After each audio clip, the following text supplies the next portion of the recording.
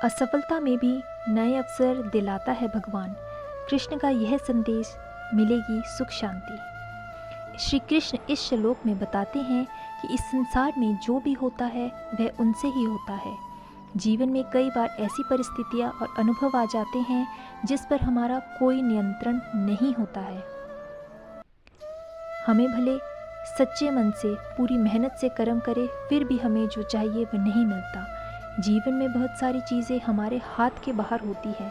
कभी कभी हम पूरी मेहनत से सही कर्म करते हैं मगर हमें उसका फल नहीं मिलता, या कभी कभी हमारे साथ कुछ ऐसी घटना हो जाती है जिसके बारे में हमने सोचा भी नहीं था।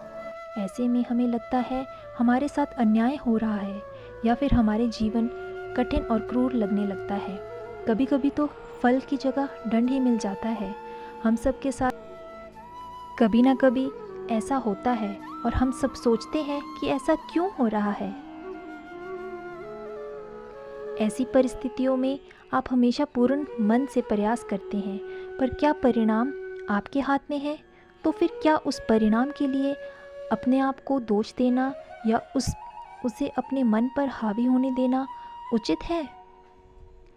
अगर आप एक व्यापारी हैं जिसने सालों अपने व्यापार को बढ़ाने के लिए अपनी पूरी मेहनत लगाई, लेकिन अचानक कोविड की महामारी आ गई और उसकी सारी मेहनत ठप हो गई, आप बताइए ऐसी अवस्था में आपके हाथ में क्या था?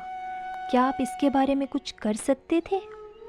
भगवान श्री कृष्ण कहते हैं, सृष्टि में जो कुछ होता है वह उनसे होता है, लेकिन वह ऐसा क्यों करते हैं?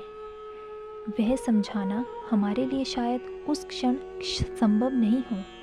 महामारी की परिस्थिति आपके हाथ में नहीं थी, पर आपके हाथ में ये ज़रूर था कि आप कर्म करें, नया व्यापार करना या फिर उसी व्यवहार को खड़ा करना। भगवान लेते हैं तो भगवान देते भी हैं। इसका मतलब ये नहीं कि मनुष्य केवल एक निर्बल कठपुतली है।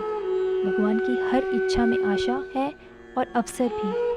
भगवान की इच्छा में आशा हमेशा यह होती है कि हम जो अपने लिए सोचें उससे ज़्यादा आगे बढ़े। भगवान की इच्छा में अवसर ये है कि वह जो हमेशा आशा रखते हैं हम उसे पूरी करें।